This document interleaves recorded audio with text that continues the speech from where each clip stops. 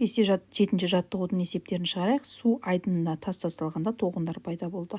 Су бетінде қалқып жүрген кішкене дене 15 секунд ішінде 6 тербеліс жасайды.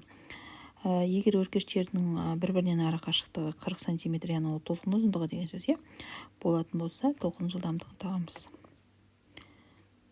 Лямбда тең В көбейтілген Т. Енді В-ны табу үшін біз лямбданы Т-ға бөлеміз. Ал периодты табу үшін сәйкесінше уақытты тербеліс санына бөліп жібереміз. Бірінші периодты тауып алайық. Уақытымыз бізде 15 секундты 6-ға бөлеміз. 15-ті 6-ға бөлсек 2,5 секунд шығады. Енді жылдамдықты табайық. В тең болады 0,4 метрді 2,5 секундқа бөлеміз.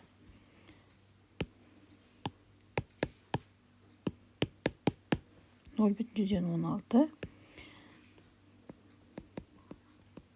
метр секунд шығады. Номер 2-ші есеп. Теңіз бетіндегі қатар екі толқынның ара қашықтығы 4 метр. Периоды 1,15 секунд болса, жылдамдықты табамыз. Жылдамдықты табу үшін лямбданы периодқа бөлеміз. Сонда жылдамдық тең. Лямбдамыз бізде 4 метр, периодымыз 1,15 секунд. 4-ті 1,15-ке бөліп жіберейік. 2,7 деп жоқтап алсамызға болады. 2,7 метр бөлінген секунд. Номер 3-ші есеп. Серпімді жіпті более 20 метр секунд жылдамдықпен көлденең толқындар таралады.